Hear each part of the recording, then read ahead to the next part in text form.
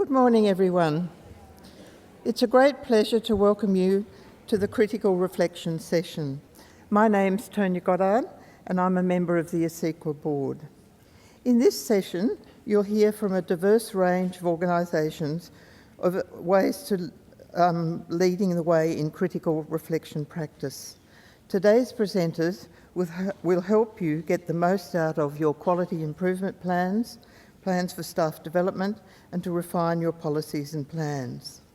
I'd like to welcome to the stage your facilitator for the session, Ros Cornish.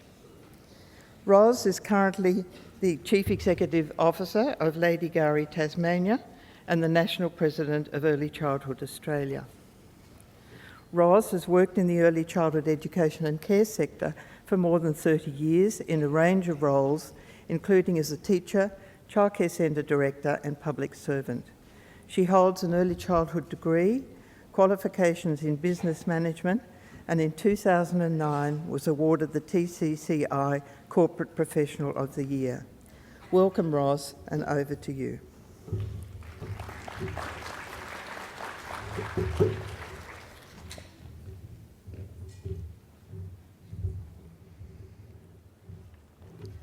Thank you, Tonya, for that very, very warm welcome. Like you, and as Tonya has mentioned, I'm very much looking forward to this session. As Tonya mentioned, a diverse range of speakers and presenters who will share their experience and knowledge with us, which in turn will support us in our work with young children. And I think the importance of continual improvement and its role it plays across all aspects of our services and organisations will be paramount today. It's with great pleasure that I introduce to you our first presenter, Dr. Jennifer Cartmell from Griffith University. Jennifer is not only a friend and colleague, as she's a board director with Early Childhood Australia, but Jennifer has a wide experience in the early childhood and middle childhood sector. And she's going to present today her views around critical reflections, and it's based around Circles of Change and certainly a publication that she has been a part of. So please welcome to the stage Dr. Jennifer Cartmell.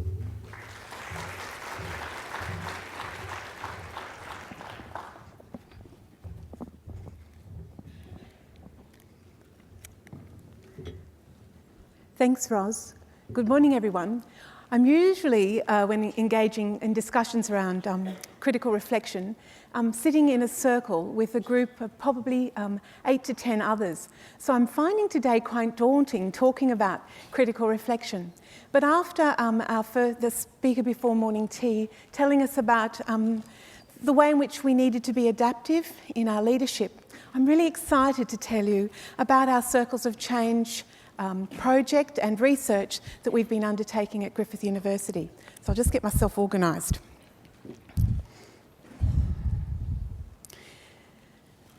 As we know from the National Quality Agenda and just about our profession, critical reflection is really a core task for educators and children's services, be it in long day care, family day care or school age care and the other children's services that we are also partnered with. It's really our ability, as we know, to examine our daily work and to look at our practice. And if we're going to enhance the quality of our practices, critical reflection becomes even more important. That thinking backwards and forwards about our daily work, about the policies, about the practices, about the principles that underpin our work are really important. In our work at Griffith University, actually nearly 10 years ago, we were really concerned about how we could actually engage the students in our classes in critical reflection. And so we undertook, when they went out into their fieldwork experience, the opportunity to gather them for just 1 hour a week, experienced educators and novice educators, together having a conversation about practice. And this began our particular journey that we called Circles of Change, because in actual fact the critical conversations that we're having were not only transforming practice and understandings, but they had a really big impact on both the lives of the organisation and the student. In gathering the people together for these weekly conversations, we overlaid a model of critical reflection, and it's to that I'm going to speak. So I'm going to tell you about the context for the reflection and about the process of reflection. We travelled along the journey of engaging in these circles of change for a couple of years, and then we started to get curious as we reflected on why the circles were working so well. And so from our research, we've discovered that the context for reflection is really, really important. Some of the stuff that we spoke about before morning tea about being adaptive, you'll hopefully be able to see some of the synergies. But we discovered that if you're actually going to be really good at reflecting, you needed to have some self-awareness.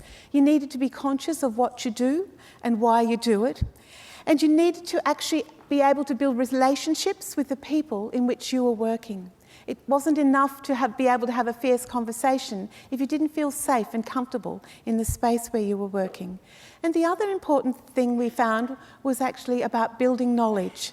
And it's about those three things that I'm going to talk a little about first before I talk about the model of critical reflection.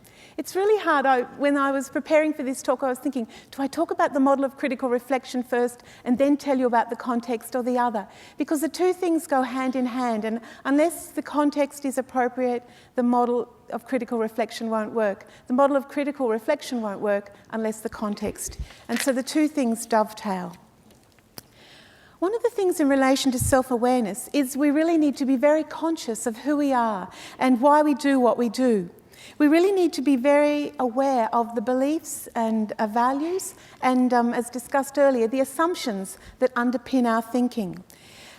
If we want to be able to justify and assess the practices, we really need to understand what thinking of our own actually engages with the way in which we evaluate our principles and practices. As I said to you, we need to be conscious of why we do, what we do, aware of our own beliefs, and really consider our habitual ways of thinking. Because if we always continue to see the world in the same way, we actually, and we're really comfortable with that, we often discount the opinions of others. And it's actually hearing what others actually have to say. By engaging in the reflective process, we start to get better at what we've always done.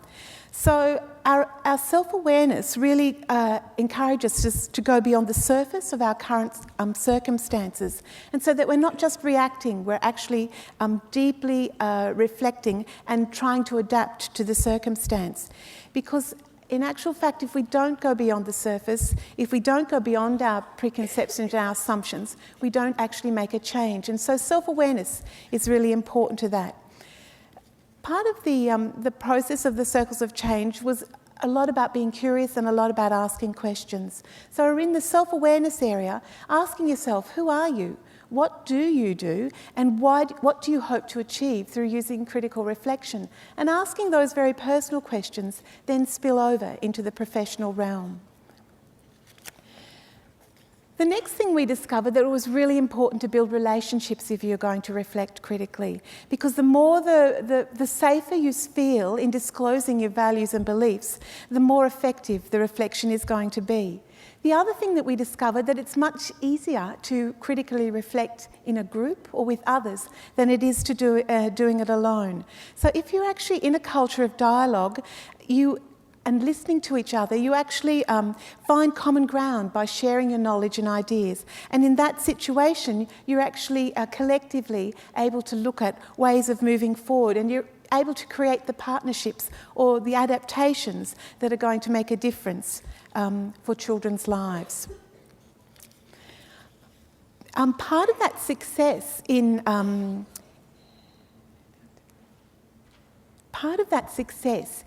building relationships is on the ability to listen. And I think that's one of the really important things that we need to take into consideration.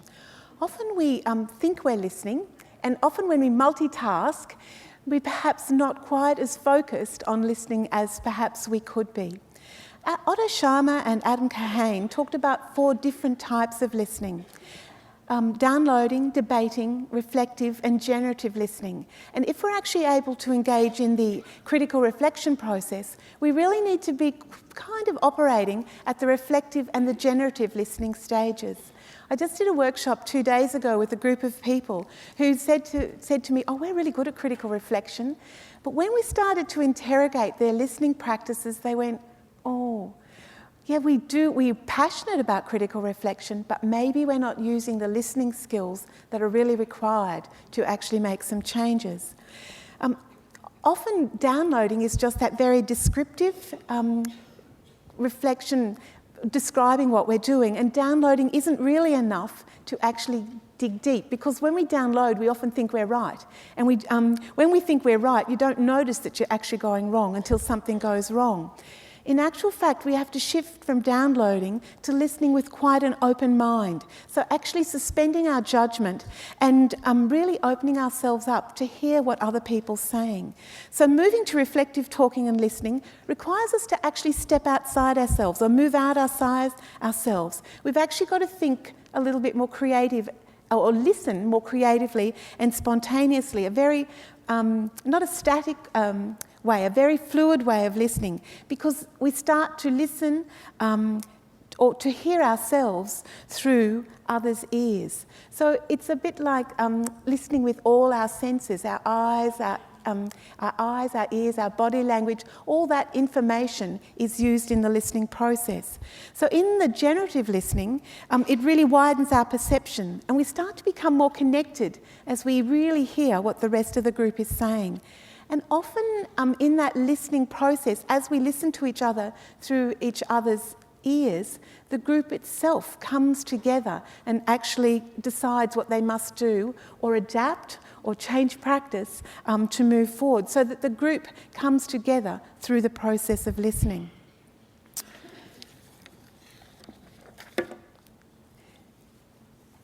The other important thing is to actually gather more knowledge.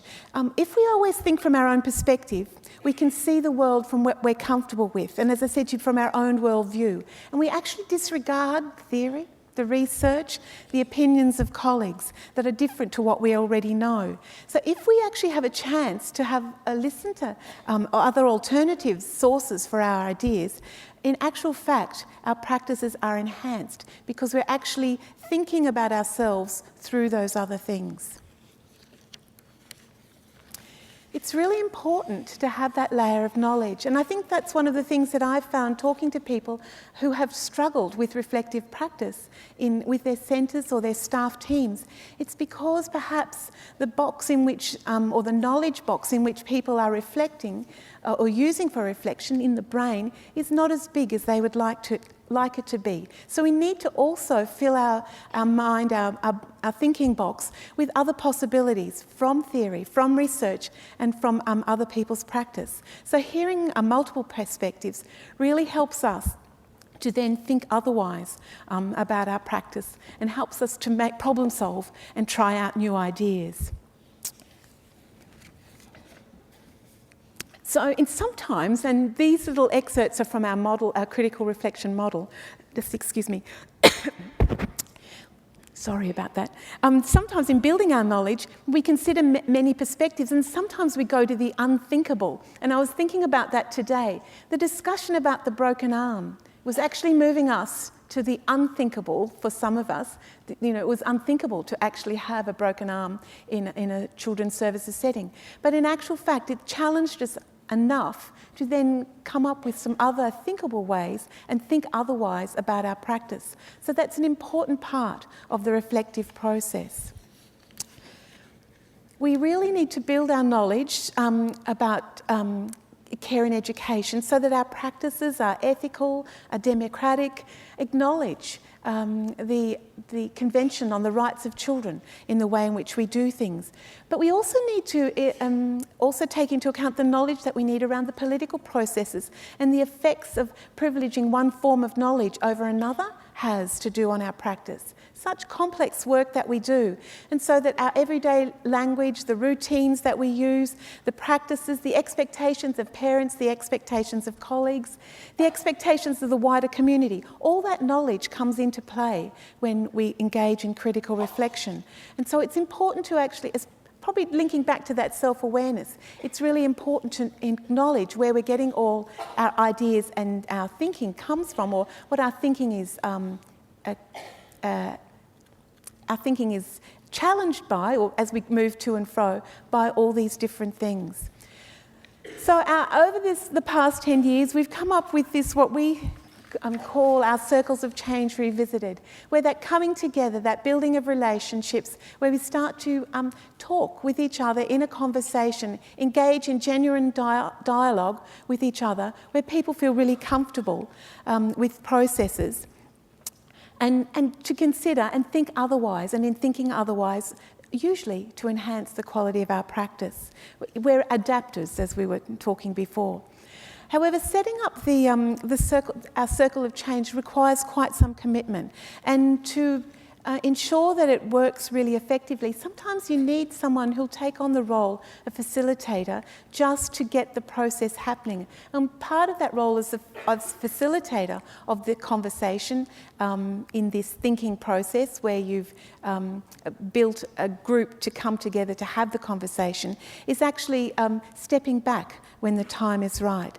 So what I'm talking about is actually a gathering of a conversation for an hour, once a week, where people didn't exchange facts, or they didn't necessarily reach shared understandings, but they actually had conversations that really deepened their understandings of other people's principles and practices, and deepened their understandings of their own work, and then it really made a difference for them changing as a whole organisation. Just to give you a taster for the model of critical reflection, and you may notice that some of these terms in our model of critical reflection are a little bit similar to the things that we discussed before morning tea, or you may have also heard some of the things in other models of reflection. But we use a model which we call critical reflection, where we talk about deconstructing or describing what we're doing. The next step in this is confronting. Talk about the issues that are really impacting, the things that are really challenging, the things that are really stirring you up inside, making you feel uncomfortable. We also talk about theorising. Where are you getting your ideas from? Why are you thinking in that way? Why are you feeling uncomfortable? What knowledge, what experiences are you having? What theory, what research have you read that's making you think in this way? And then, if we do those things, how could we think differently about the things that we talked about in the beginning? So this 4-step action research model has been really quite fundamental to our circles of change process. And as I said to you before, it's really hard to operate one without the other. The other thing that I just wanted to leave you with was some handy tips for engaging in a conversation. Some people call them fierce conversations, we call them circles of change, some people call them guided conversations, others call them focused conversations. But it's really important just to lay out on the table the kinds of things that you want to talk about. Making time to have the conversations, making sure people really understand what it means to be a good listener, suspending judgment, making sure everybody has a chance to have a turn at speaking in the conversation, and allowing the conversation... Sorry, it's my timer. Letting the information flow in other directions. And the other thing is to learn to ask questions. So that's my taster about our Circles of Change model. We've actually had the opportunity to publish a little more of the stories of the practice for Early Childhood Australia. And later this year, we've also had the opportunity to do a little bit more publishing work in this area by providing some conversation guides to help the staff in the services where our students do prac actually engage in really good critical conversations around critical reflection.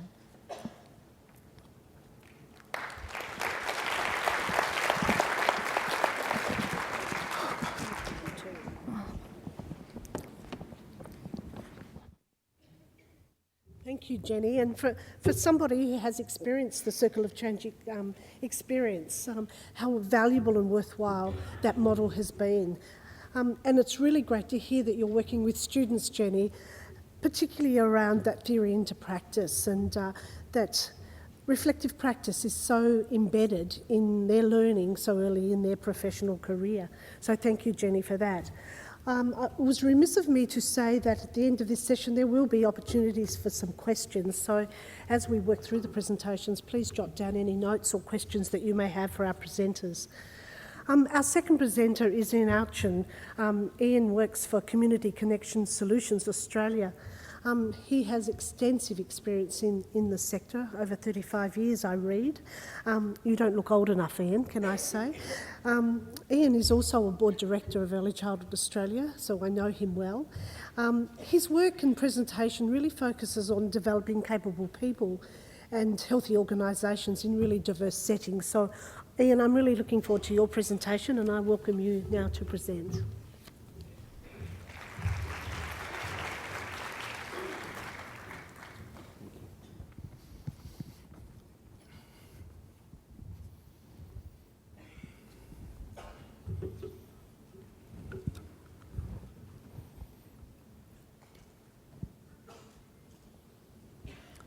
Thank you, Rog, very much. Thank you all very much. It's good to be here, and thank you to ACECQA for the opportunity to share some thoughts and ideas with you.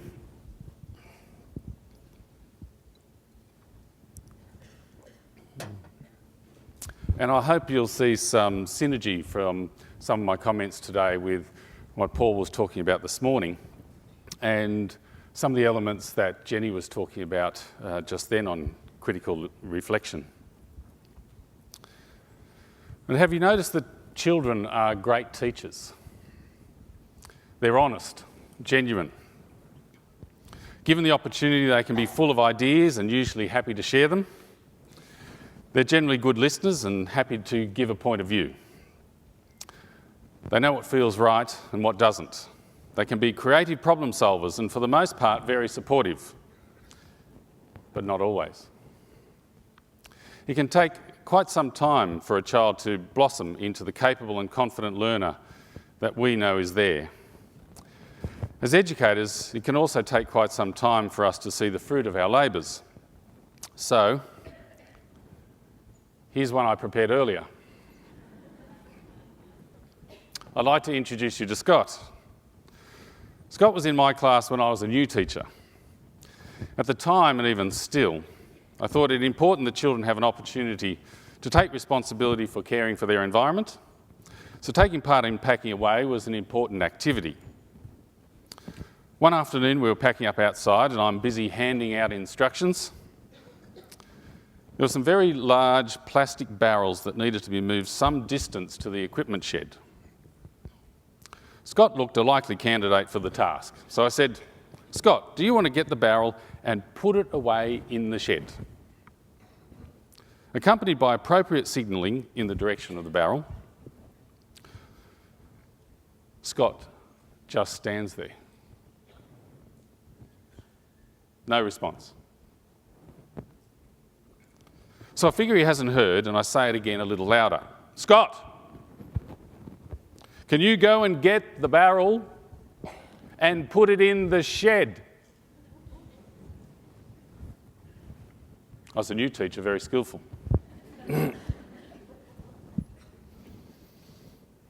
Still, he just stands there, looking at me. So now I'm not sure what's happening. He's not understanding, not hearing me properly. I'm running out of ideas to get this done and the light's fading. So I say again, clearly, slowly, loudly, and with appropriate gestures.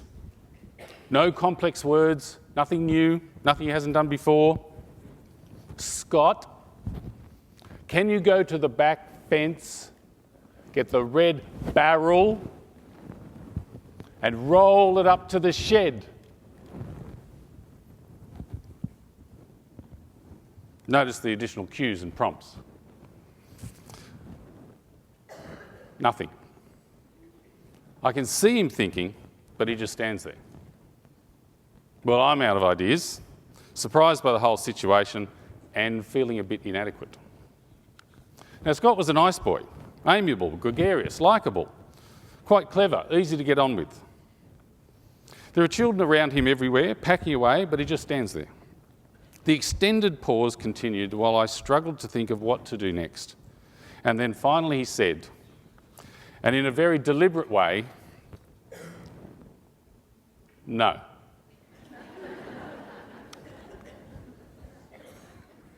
This was followed for some time by a stunned silence with us looking at each other. I finally thought to ask, critical teaching moment, why not? This time there was no pause. As he replied with certainty, "You asked me if I want to. I don't want to."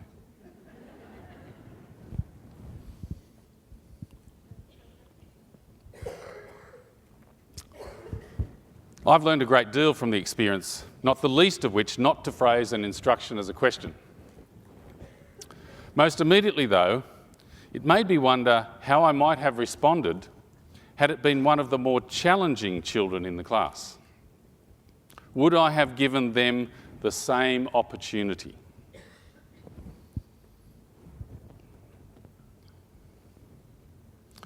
Would I have reacted differently, thinking it was belligerent or non-compliant? And what effect might such a response have had on them? But that experience has taught me over and over again, and still does today. I reflect on it regularly with my work with practitioners and organisations. At times, it acts like a compass, giving me direction and purpose.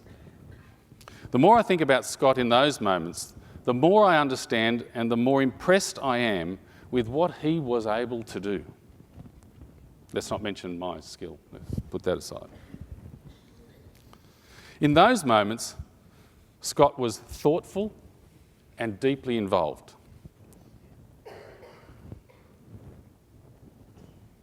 He was absorbed in dealing with and attending to the situation. He was considered. What might I do? What options are there? And this in a situation where likely he would have felt conflicted. His thinking was sustained. It wasn't an easy situation, but he stuck at it. He didn't retreat from it. He was determined about resolving it. He was reflective. What might this mean for me? What have I done in this situation before? And he was also purposeful, being reasoned, weighing up the options. What is the best way to get the result I want? He was deliberate. There is what I want and what he wants.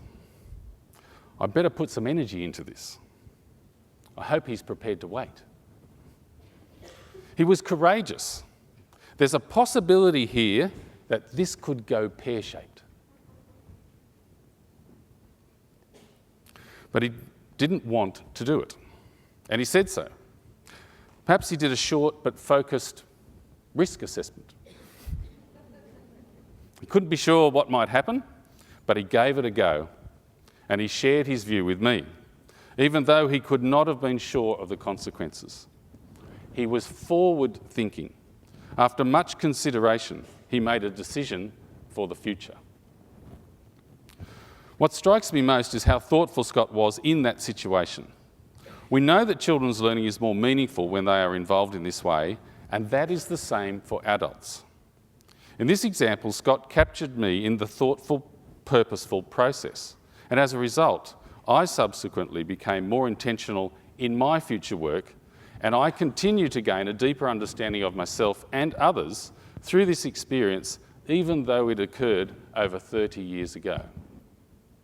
You're right, Ros, I don't look that old. I appreciate your thoughts. Scott started with an idea that grew from a desire to be more independent in his decision-making, to be more proactive about his own ideas and his ability to make decisions about what affects him. It was an emerging disposition and a demonstration of a growing confidence. At the time, I knew nothing about the importance of an individual's agency, or perhaps I may have congratulated him for his courage. But I'm still mindful that it might have been different because of my limited knowledge at the time. Scott taught me a great deal about making professional judgments rather than being judgmental, about children's emerging identity and their view of themselves. He showed me children have ideas about what is happening in their world and can make a valuable contribution when encouraged and allowed. They are involved in their world, can influence what happens and contribute to it. I am mindful of Lillian Katz's valuable work around professionalism and that our judgment is based on what we know. With that in mind, I have always taken the approach that if I think no more of yesterday, I will learn no more today, and my judgment will be no better tomorrow. Thoughtfulness, then, is a robust concept that enables ideas to be explored. It considers what might be possible. It requires reflection and the application of critical thinking to those ideas. Most importantly, it includes thinking forward, considering what this means for the future and making plans about how things can be better and improved. It is important for children and organisations. We need the people working with and for children to be thoughtful. We need to consider how can we enable this to happen in our organisations. So having and exploring ideas is fundamental to improvement. Sharing ideas even more so that they may be assessed and refined to influence better outcomes. Sharing not only provides an opportunity for ideas to be explored, it also provides an opportunity for them to be better assessed, evaluated, tested and measured in a more tangible and concrete way against other relevant knowledge and experience. This provides substance and identifies weaknesses, which enables those involved to form a view as to whether a good idea can really lead to a better approach, a better plan, a better system, a better process, or improved practice. This is so both for individuals and for organisations. But for ideas to have real value, they need purpose and direction, and to work practically, a framework and a filter. For children, that means educators engaging with them in informed and intentional ways that sustains their thinking and extends and explores their ideas. For an organisation, it means that everyone in it has a clear idea of its purpose and vision, and that their ideas and efforts are an important element in realising it. Organisational leadership provides the framework and the filter that guides and manages the climate that enables all of its people to participate and contribute to the goals of the organisation, to contribute to improvement and progress, to generate, share and explore ideas for that purpose. In this area, I find William Tate's work and his book, The Search for Leadership, compelling as it aligns with the National Quality Framework. Tate outlines that it is important that organisations move away from the approach that leadership is the realm of leaders, or gorillas, and deals with it as an activity and process. According to Tate, leadership is grounded not in individuals alone, but in the organisation through its systems, always clearly connected to its purpose through them, and has the improvement of the organisation as its goal. It recognises the development of leaders as important, but also the need to distribute leadership more widely. So why is this change necessary? Tate and other more recent thinkers on leadership note that we have been developing leaders for several decades with little significant progress for many organisations. And you heard Paul talk about organisations like Nokia this morning.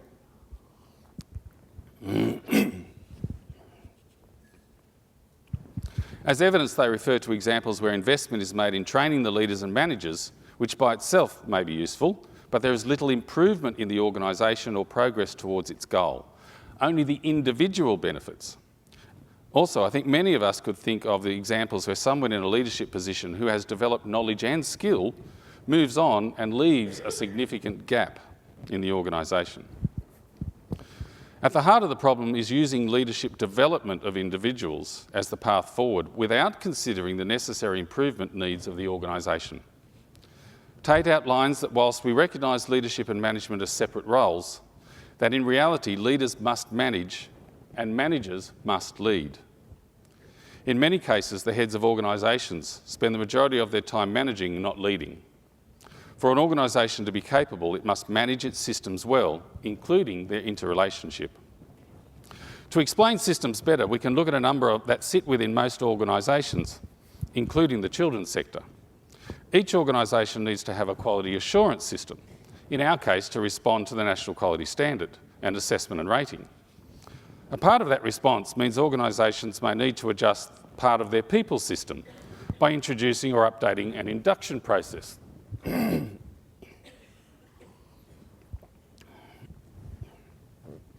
As well as their information and communication system, in relation to information sharing with families or reporting.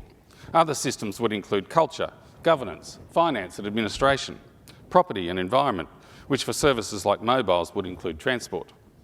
Leadership itself needs to be a system that is identified and managed by the organisation. Taking a systems approach ensures that everything that contributes to an organisation's effectiveness is known and attended to by everyone.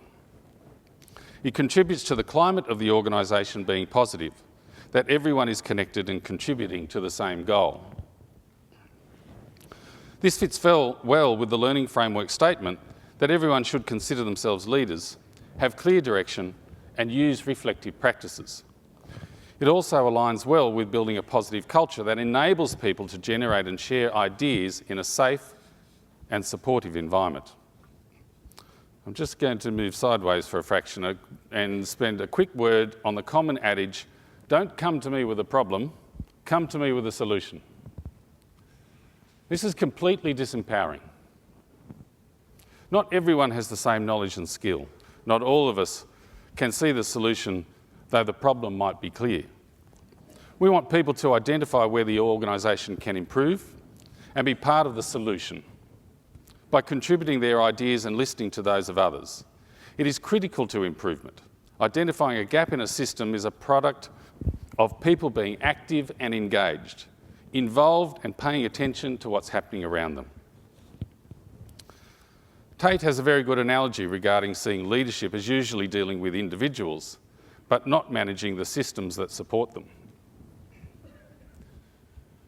We focus on managers and developing managers and leaders, but most managers see only the fish. They train the fish. When the fish don't sparkle, they blame the fish. They have been trained to see only the fish. Of course, for the fish to thrive, we need to manage the water, the filter, the gravel, the plants, and temperature continuously. The environment is critical. In children's services, we need environments that encourage ideas and thoughtfulness.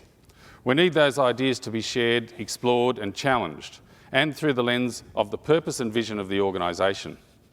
We need to not only look at educators, but everyone in the organisation.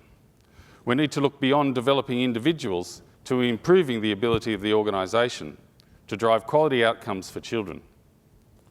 We need to think critically and collaboratively.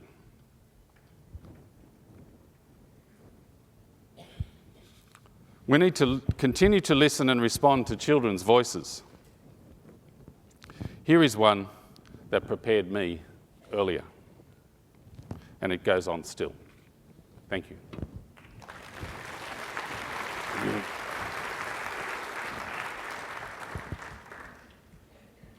Whoops.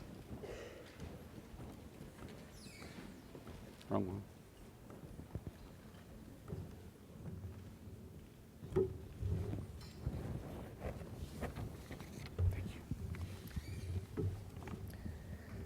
Thank you very much, Ian. I'm quite sure many of us in this plenary theatre would have had a Scott in their day. The no word, we should celebrate the no word as a milestone for development. Ian, it was really interesting, your presentation, how you could demonstrate to us critical reflection at all levels within an organisation, and how that experience with Scott, and as you referred to your limited knowledge as a new teacher, how that experience supported you in reflective practice and how that has enhanced your professional career. So thank you. Our next presenter is Susan Roberts from TAFE New South Wales. She currently heads up the Child and Family Services of the TAFE and has taught in a range of settings for over 36 years. I encourage you to welcome Susan Roberts.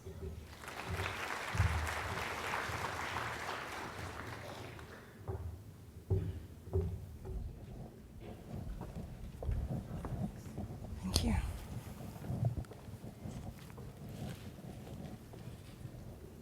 Good afternoon, everyone.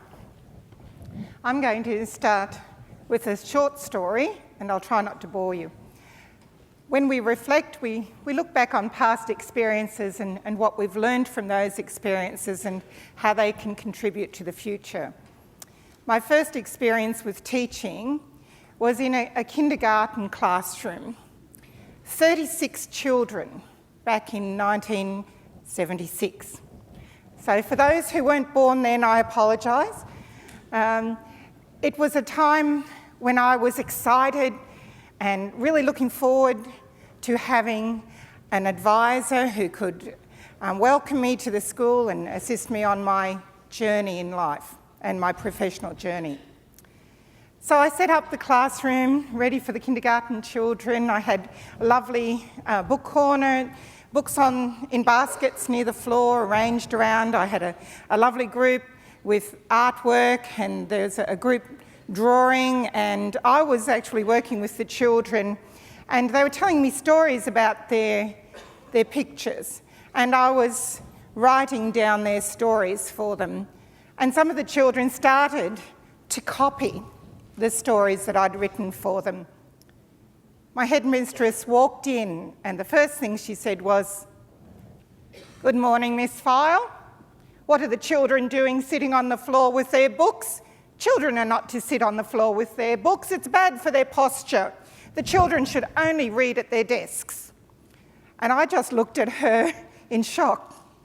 And I thought, oh, they didn't teach me this when I was at university.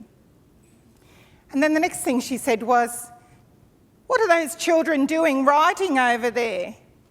They're not allowed to write until they've learned the correct way to form their alphabet letters. Otherwise, you're teaching them bad habits." And I felt deflated. I felt really deflated. And I thought, is this what a supervisor does? Is this what an advisor does? I hadn't come across it before. I'd been through all my pracs, my professional experience, and I'd had glowing comments about, oh, she's creative, she involves the children, and I just was shocked. And I thought to myself then, I need a mentor. Who can I find who can help me work out ways to bring along my ideas, my practices, and do something that I felt was right for the children? And how am I going to help this headmistress see my views, my perspectives? Am I going to be able to persuade them that I'd really like to try these ideas with the children? So this brings us on to the topic of the leader as a mentor. And we do reflect on our own experiences as a mentor ourselves, or experiences we've had where we've had either supervisors or mentors working with us. We know that as early childhood leaders and educators, we all have a part to play in mentoring and supporting the staff in our centres. It outlines it in the National Quality Standards. And we do need to learn from each other. It's not a one-way thing. I looked back at my first headmistress and I thought she was probably doing what she felt was right. She felt that it was her job to supervise me, to point out what I needed to be doing according to what she thought was best for the children. So I didn't complain or cause a fuss. I I went along with it until I worked out a way of working collaboratively. And that's something we need to look at, is how do we support our colleagues? And all of you have probably come into contact with people who are new to your service. They may have just finished a university course, they might have finished a TAFE course, they might be work experience students from high schools, you could have trainees, you might have existing workers there who are coming to terms with new technology. I have my own mentor at the moment who's my technology mentor, and she helped me set up my Dropbox. And it's one of those things where I just say to them, well, when I was young we didn't have computers, and it's always a learning curve, and you know, we always are lifelong learners. The other thing that we need to do is consider the role of the leader and as a mentor in encouraging ongoing learning and reflective practice, and think about how we can nurture reflective practice. A lot of people have said to me, well, what's the difference between mentoring and coaching? Is there a difference? Because they often use mentoring and coaching interchangeably. Well, there are differences. And there are even differences in how people perceive mentoring. Some people define mentoring as a leadership style. It's a way we lead through mentoring. Others define mentoring as a process or a tool that leaders use when they're working with others. The third definition that I'm going to refer to is mentoring as a relationship, that it's actually a professional relationship that we have with others, and we use that relationship over a period of time to support, advise, develop our colleagues. Coaching can often be seen as something that's more skills-based. And it might be that you have a voice coach to be on the X Factor.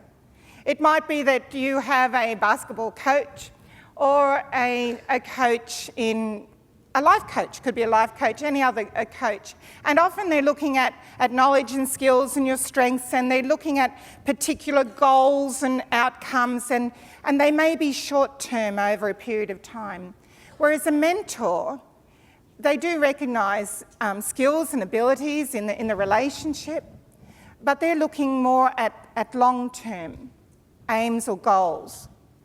A coach is often leading and instructing and directing and keeping an eye on things, keeping an eye that you're achieving your goals and your outcomes and your performance and so on. You'll often find that there are overlaps between them, where sometimes the mentor will do a little bit of coaching and sometimes the coach will do some mentoring.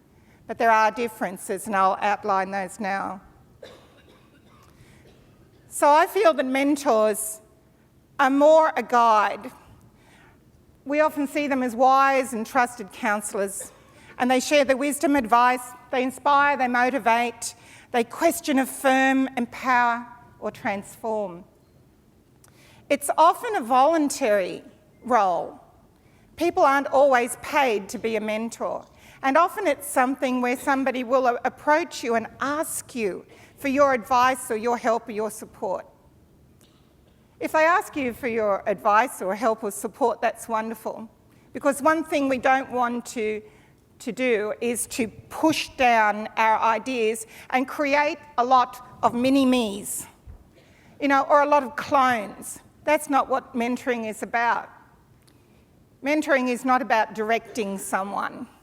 Do it my way, that's the best way. That's not what it's about. It's about creating potential in everyone and supporting them, looking at their strengths, really getting to know them and to understand them, and asking them, what is it that you would like out of this relationship?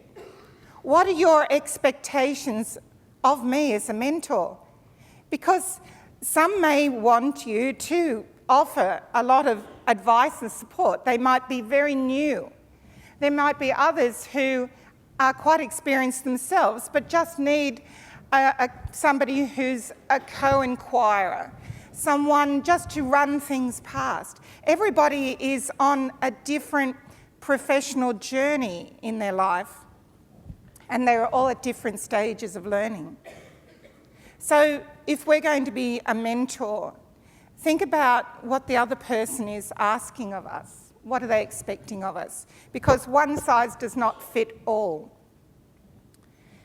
So when we think about mentoring, some organisations have formal mentoring programs, and sometimes they'll say, well, if you're going to be a mentor as part of your role, I think you deserve a few release hours a week to help you have time to sit aside and have some of those conversations, those professional conversations, a time to reflect on how they're going. There is a program that's running up in Queensland at the moment. When I went to the Australian 2020 Summit, I was representative in the productivity agenda, and I found a kindred spirit. His name was Ernie Peralta. Ernie Peralta was from Queensland. He was aged 73, and he was still teaching at university because he shared my passion for lifelong learning. And we sat with each other and we followed each other around and got lost together in Canberra. That was fine. But his idea for the summit was about the golden gurus. And his belief was that we could organise mentors in the community, especially with businessmen and women who had retired. And they could have this feeling of worth and value and adding their wisdom and experience to the community. And I thought, what a wonderful idea. And his idea was accepted and if you Google Ernie Peralta or the Golden Guru, you'll see that his program has been used throughout Queensland. So mentoring can be a program, yes it can be, or it can be informal. And it's something that everybody can do, and everybody probably, I'm sure everybody here has mentored someone at some stage. Whereas coaching, if we look at coaching, you'll see that coaching is often more directed. There's some training involved, instructing, tutoring, and sometimes they'll act almost as a captain or a commander, and they'll push the team along a little bit and coach them and run behind them and cheer for them. Whereas a mentor, if we think of John Dewey, and back in 1916, John Dewey wrote about teachers and democracy in education. And back in 1916, he was saying, teachers and mentors, we shouldn't be a sage on the stage, we should guide by the side. And I thought that was very wise. Right back in 1916, he realised that we shouldn't just get up and lecture, that we should actually guide. And it's a collaborative role. I also liked the saying Robert Frost wrote down, I'm not a teacher, but an awakener. And I heard some of that coming out in some of our previous speakers. And so if we think about our own personal ideas or our own personal definition of mentoring, do we see ourselves as an awakener, or do we see ourselves as a teacher? Or are we sometimes both? What are the qualities and attributes that we look for in mentors? What can we offer? And I know that something I look for in mentors is I look for somebody that I trust, I respect, someone who has experience and wisdom to pass on. And they don't need to be old. A lot of people are very wise and very experienced at a very young age. They even do mentoring programs in high school. So you might have someone coming out of high school who already understands what mentoring is all about. So I'd like you to think about what you can offer in your service, in your particular field, and think about how you actually guide someone along their path. And the old Chinese proverb is, tell me and I will forget, show me and I might remember, but involve me and I will understand. And that really reminds us that it's a collaborative effort, that we just have to make sure that we don't take control of this process. Mentoring is not you in control, it is someone else guiding their own professional journey. So think about that when we're working with our staff. So just some tips to finish off. These are just a few tips. I have a lot more in my paper, but the importance of a supportive environment that has been outlined already, and Ian also identified the importance of having that environment with his analogy of the fish in the fish tank. We do need to provide time, and we know that it's really, really busy, and everybody's very busy. But if you're going to have some conversations, mentoring conversations, think of a nice time and a nice place. It shouldn't be a case of giving them homework. Here's your homework for the week. Come and do all this. I'll mark it. No, that's not what it's about. It's not about homework or writing down major reflective diaries. People can choose to do that if that's how they want to engage in learning, but leave the control to them. And the other thing that we want to remember is we want to be a mentor, not a tormentor.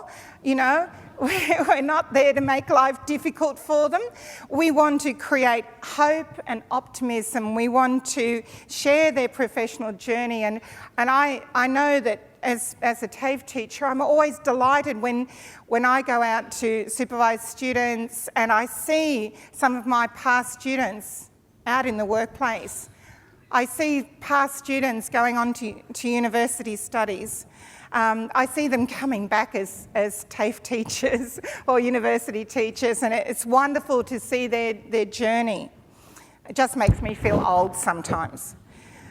But our job is to create new collective knowledge, promote the joy of lifelong learning. I hope that I'll be involved in education for many years in one way or another. And I wish you all well with your professional journeys, and I hope that you've all enjoyed your time here, and you've already shown that you're very, very interested in your ongoing learning, so you'll all be very good role models as mentors. So I'm sure you'll have a lot to offer. So thank you very much for your participation.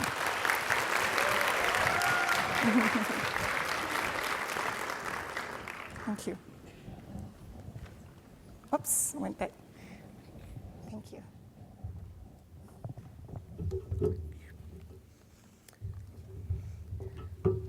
Thank you very much indeed, Susan. I think Susan has highlighted for us this morning the place of a coach and mentor in reflective practice, to be open to ideas, to listen to understand, importantly, and to move from that habitual practice that Jenny highlighted in her presentation this morning. And I think that last proverb about the importance of involvement, how empowering that is for people. So thank you very much, Susan, and I hope we are mentors and not tormentors, as you suggested. Our final presenter is Robin Monroe-Miller. Robin is chair of NOSHA, the National Out of School Hours Services Association, an executive officer of Network of Community Activities in New South Wales. Robin has had, seems to me, a lifetime work in advocating for children, particularly the middle childhood group. And more recently, she's been appointed Vice President of the International Play Association, which for Australia is quite a feather in our caps, and I congratulate you, Robin, on that. Robin is also a personal friend. We share a little joke about food. I'm a pudding lover and so is she, so we were delighted last night at the dinner when that chocolate pudding came out, Robin, weren't we?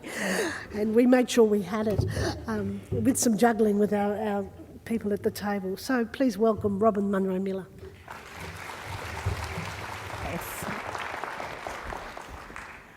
Okay, good morning everybody. I think it's still morning time, yes. Oh no, it's not afternoon. Good afternoon everybody. My job is to be the last speaker is quite daunting because obviously I've had 3 excellent speakers before me who have all said quite a bit about critical reflection. So I suppose I'm going to challenge you a little bit during this particular 15-minute segment, and some of you might afterwards want to come and attack me somewhere, which is fine, because one of the important things about critical reflection is that we are actually having those conversations. Sometimes it feels that some people think critical reflection is all about documentation, writing pages and pages in your journal about what's been happening. And for some people that's very daunting and intimidating. For those of us in school-aged care in particular, we have very limited time in which to often do any sorts of what we might perceive as to be critical reflection. But what we need to acknowledge is that critical reflection is happening all the time. We are doing it constantly when we are having professional conversations, and we can actually build it into our daily interactions as we go about our work. And I would like to actually look and see there are sort of 4 reflection points that I feel are really important around this. That when we're actually doing the action, we're reflecting. That we're actually should be reflecting on inaction. So when we haven't done something, why didn't we do it? And certainly encouraging staff to reflect before an action, because sometimes we intervene in different processes when really it's better to just stand back. And certainly, of course, we reflect whilst we're actually doing something. So I think it's important that we explain to all staff that all of our educators are responsible for reflection, and that whenever we are doing anything with our children or in the service, we actually should be using our 4 reflection points and making it part of that ongoing cycle. I suppose it should be seen more as a holistic process and a recognition that we are critical reflectors. I'm thinking quite about a conversation I heard an educator having recently, and that was around, she was talking about her supervisor, and her supervisor was actually asking her consistently to get into the sand pit, and she wore sandals, okay? And she doesn't like getting sand in her toes, okay? So it was a reflection. She was reflecting. And I'm going to take you through that reflection as we go, because even in that simple, mundane discussion, there was still critical reflection able to go on as it happened. And as Jenny has spoken, she talked about our attitudes and our values. And I'd like us to consider that our attitudes and values are really important to reflection, because we always need to make sure that they... I've gone. Am I still here? No, I think I can hear things turning on and off. Those attitudes and values really do impact on our reflection, because reflection has an impact on everything we do, and our attitudes and values are impacting on that. How we think about different experiences that we've had and what we bring into the actual organisation when we come. We need to actually practice this double loop. So whilst you're going through that reflection process, that 4 points, you should also be always constantly in each of those points thinking about how your attitudes and values are actually impacting on each of those areas. And the other thing that we should be looking at in double loop learning and going around again is how the theory matches what we're actually doing in practice. We're all good at quoting what the theory says we should do, but how does that actually, when we come down to grassroots practice, impact on the service and on our interactions? And I think it's great to actually draw on theorists, but if we all kept drawing on theorists and never kind of reflecting and drawing on a variety of new modern theorists, I think we have to keep up to date, because otherwise we would still be looking at theorists from several hundred years ago who said children are empty vessels or children are mini adults. So we have a responsibility to not just ground ourselves down in, Piaget and Maslow, but also look at who are the new theorists coming through. Because it's that reflection, that comparison that we're constantly doing between our practice and the theory, about our attitudes and values and how we're doing particular practices that actually drives innovation. Theorists come from somewhere, and usually they come from actually having practiced it on the field or getting feedback from people. So our attitudes and our values as part of our reflective work, and I call it reflective play work, they should be central to what we're doing and central to our reflection. And I think in doing that, we can't, because of those feelings and attitudes, do critical reflection just by ourselves. We do need to have those educators around us, like Sue spoke of from the actual element 4.2.2, those educators who work collaboratively with us, who affirm us, support us, challenge us, and who learn from and how we learn from each other. It's a good reason why critical reflection should be part of that professional conversation you're having all the time. It's a good reason why it's best undertaken with others and not in isolation. It means that in critical reflection, we're not just talking to the staff who are there all the time, we're talking to our casual staff, our part-time staff. We're all involved in that reflection process. And so for us, it can be quite challenging. Because when you are talking with a colleague, you sometimes have to challenge what they're saying. So the colleague or the educator that was speaking about the shoes, the sand getting in the shoes, she had 2 other educators with her at the time. And so they actually were there listening. They were contributors to the discussion by just their silence in a way.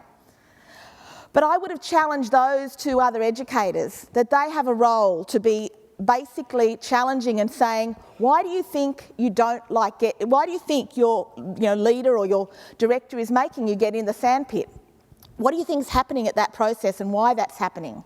Why don't you want to get in the sandpit?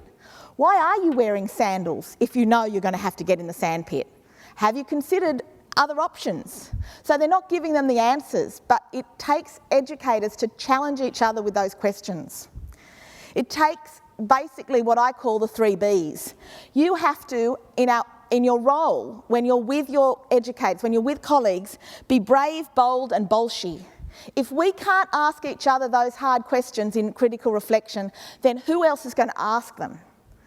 There's not many other people who know what we do and how we do it that can actually challenge us to think differently or challenge us to challenge our attitudes and values. So the 3 Bs in critical reflection come back to us in our role as the affirmers and the supporters of our colleagues. And there's somebody else that counts in this whole process.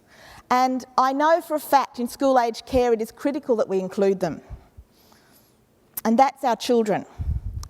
Because as Ian's example regarding Scott was a really important one, because he was able to actually, through Scott, see a different side of things. So he was able to reflect differently on what his actions were. And I think our children are really great participants and actually partners in critical reflection.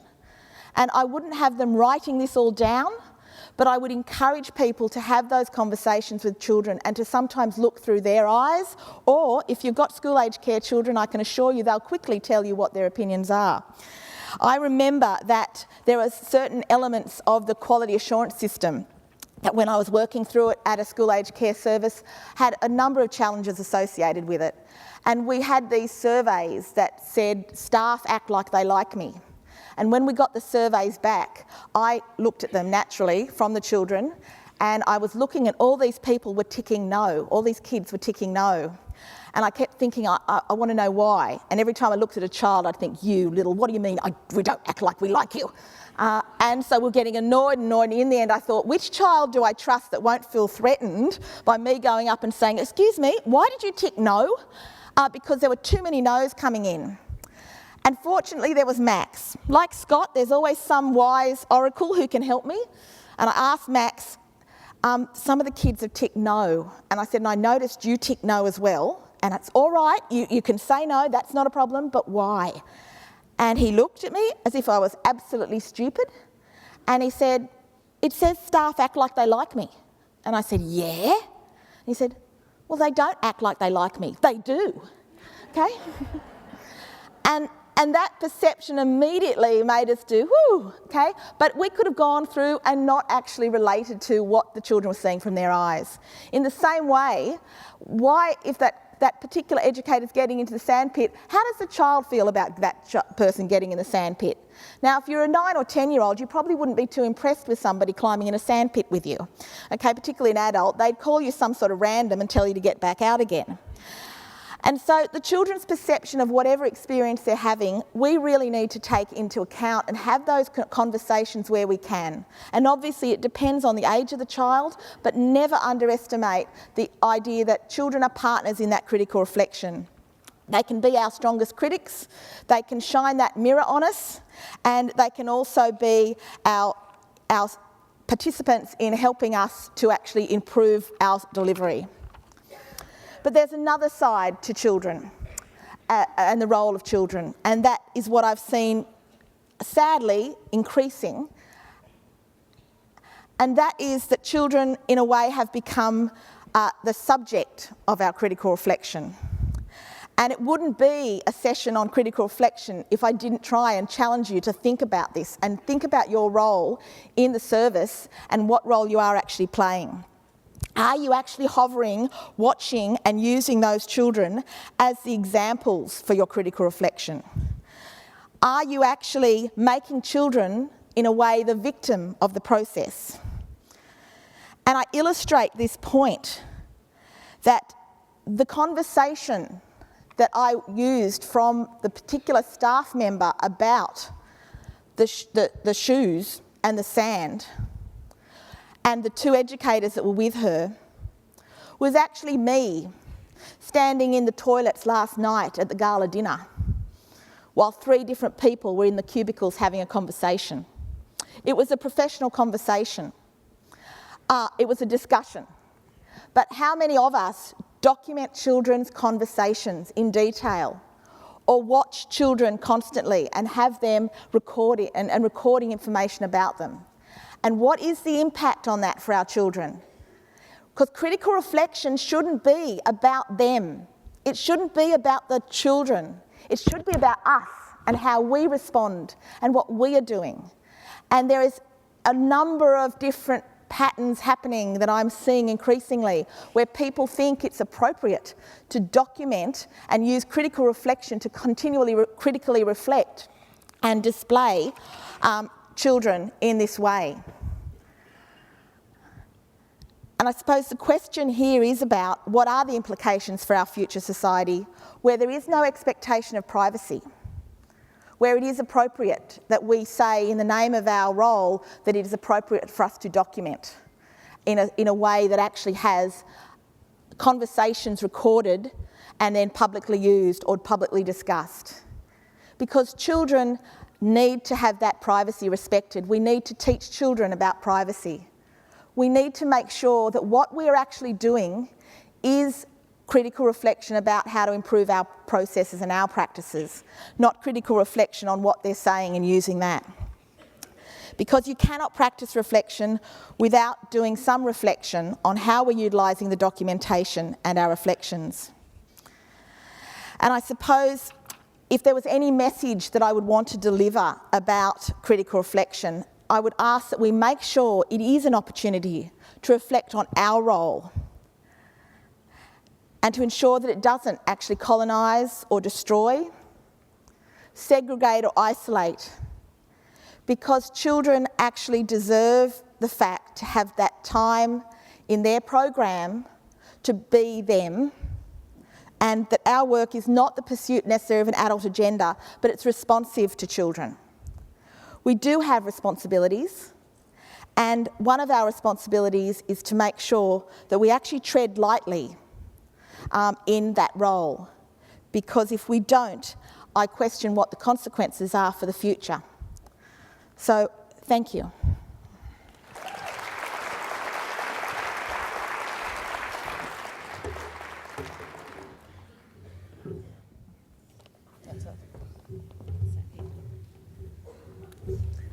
Well, that was provocative, Robin, I must say. But very important questions to be posed. I was delighted to hear you particularly make reference to theory into practice and about remaining current with just the theorists that are well known to us, but the new theories and new thinking Very important for us to stay current. And yes, those provocations that you have placed in your presentation I think are important for us to consider, and importantly, making time in every program, every curriculum for children just to be. I think in this very, very busy life that children live these days in society, time to just be is so important, and to find the balance is the challenge. So thank you very much indeed. Could you join me in thanking Robin Monroe-Miller?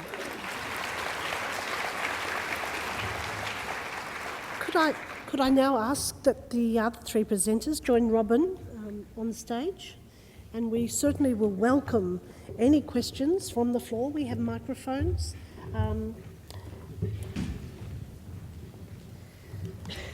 And just in summary, I think to think about reflective practice, I think we're all very cognizant of what the meaning of reflection is. Lots of words about analysing, exploring and critiquing and evaluating, reframing, testing. But I think the big issue is actually what we do with it. Critical reflections is going that extra step, modifying our actions. And I think it's really important that that is the action, the step we take. And how important critical reflections are in terms of supporting us in our work with the National Quality Framework, the quality improvement plans. What a great tool is reflection to support us develop those plans and to assess our service, to support that continuous improvement aspect of our work. And I think it was Paul this morning that showed us that lovely graphic clip about the escalator. And, you know, there is a saying that says if you sit on the railway line long enough, eventually you're going to get run over by a train. You actually have to keep moving, and I think for us as professionals, we do have to continually reflect and move forward. And as Robin has alluded to, remain current. So, without any further ado, I do open up the floor for any questions. We do have microphones, and please feel free.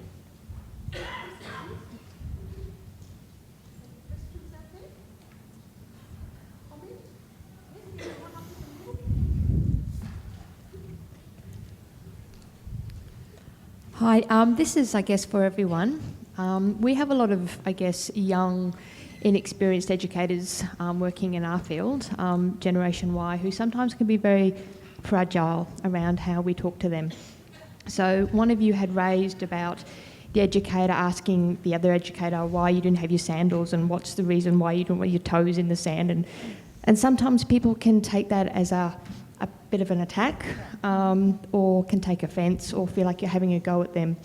So what would be your way to, I guess, frame that to the person to say, look, this is actually a reflection rather than a personal attack, and for that other person to walk away professionally and take that on board? Yes, I'd like to. I've just had the pleasure of working with, for the last 8 weeks, or 4 sessions, with a child care centre with a very inexperienced staff team, very novice professionals, nearly all the staff team. And one of the things that I discovered working with them over the period of time is just what you were saying, that they saw critical reflection as being very negative. And the light bulbs went on just in the 4th session that we had with them, that critical was not about being negative. The critical was about the importance and how it was positive. And it was actually, I think, exploring the process of supporting each other in their practice that we, and having the conversation around that we actually have now opened up the opportunity for staff to talk to each other about their practice in a really professional way without feeling that you're picking on them, that you're being really, really negative. But I think it's the lead educator or the director or somebody in the service needs to take a very strategic role as facilitator in that process and be very thoughtful about how you build the relationships in the first place. Because if you've got no kind of relationship between the staff, you can't possibly start to discuss the other things. playing some of those games, getting to know each other a little better, makes such a big difference for then getting to know each other about your practice. Thank you. We do have a question that has come through on the app. It's for you, Ian. Did Scott move the barrel? No.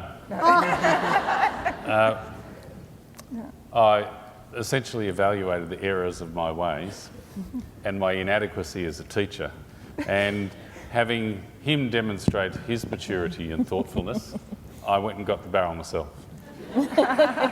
Can I just add something there?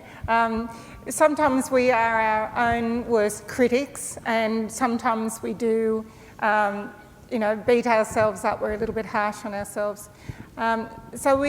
It's okay for us to, if we're mentoring or facilitating conversations, we just have to be mindful that we don't need to know the answers to everything either. We don't need to be an expert in everything, and it's all right for us to acknowledge that I'm not quite sure about that, but I'll go and find out, or let's find out together, or let's talk about it at a staff meeting. So we don't have to be seen as being perfect. And sometimes, with our relationships, if others realise that we're not up there on a pedestal, that if we acknowledge that we're learning about new things, whether it's computers or whatever, then they'll, hopefully our staff, our colleagues will see that it is all right to acknowledge that there are areas we're still developing.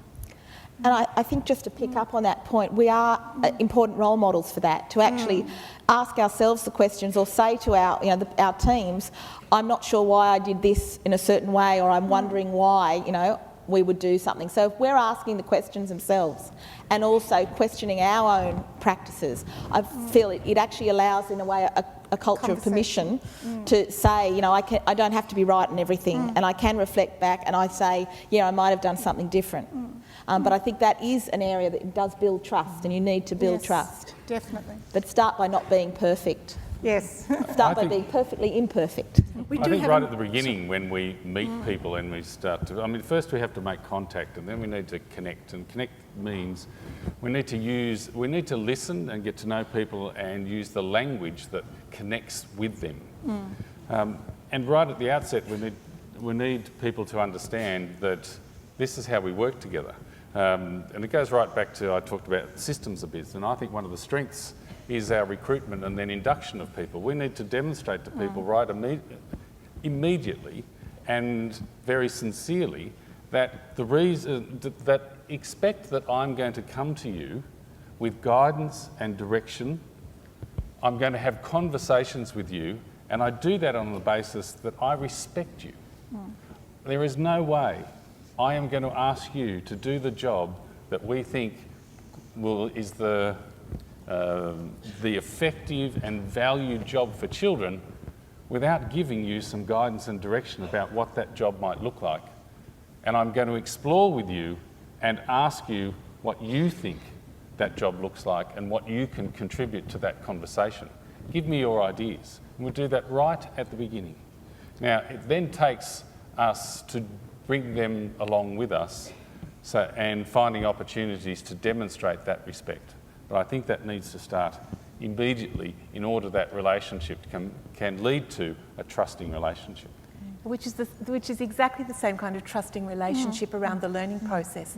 The intentionality of how we engage in learning, whether it be with adults or with children, is really the same. So the more in tune our adult staff team are around how they learn, the more in tune they will be in their role modelling in their work with the children. Yes, and can I just add, I think it's a little bit in our mindset too that sometimes our expectations are that if somebody is fresh out of university or a registered training organisation or a traineeship that they'll know everything that they need to know. And I've had people say to me, I thought they would have studied that in their course. I thought they'd know that by now. And I can sense a little bit of frustration, but the reality is that most of the learning that occurs on the job. There are some things that we just cannot simulate and cannot prepare them for. And we've seen that happen in the paper where we heard about the childcare centre and all of a sudden the police are there because somebody had buried a gun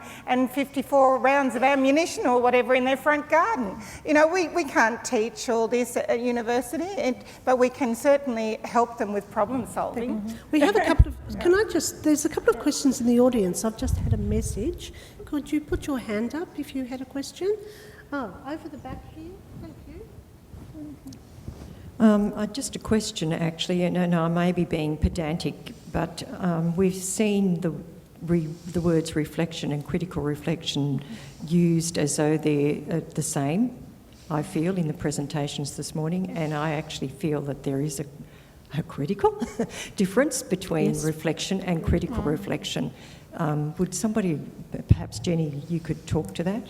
The word reflection to me is just that kind of like recounting what's happened, whereas critical reflection, so it's just that description in my definition in my head, whereas critical reflection is that much deeper level. It involves a much more of a emotive response. It involves more of that reflexive thinking, that thinking to and fro, or as Robin said, in action, on action. So much more dimensions to critical reflection, whereas reflection on its own is just a one-layer activity. Exactly, and I think it's very important that the audience understands that in terms of what the National Quality Standard is asking of services to do.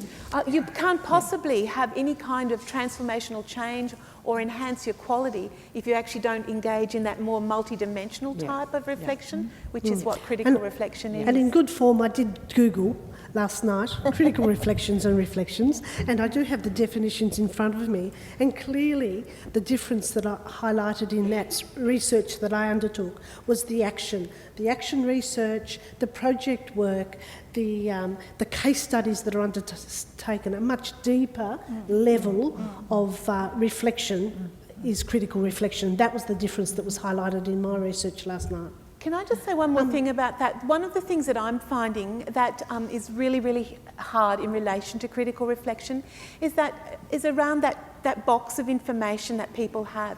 It's very hard to engage in critical reflection if your knowledge box around contemporary, child development, around the processes and the practices that you can engage in the learning process, it's really tiny.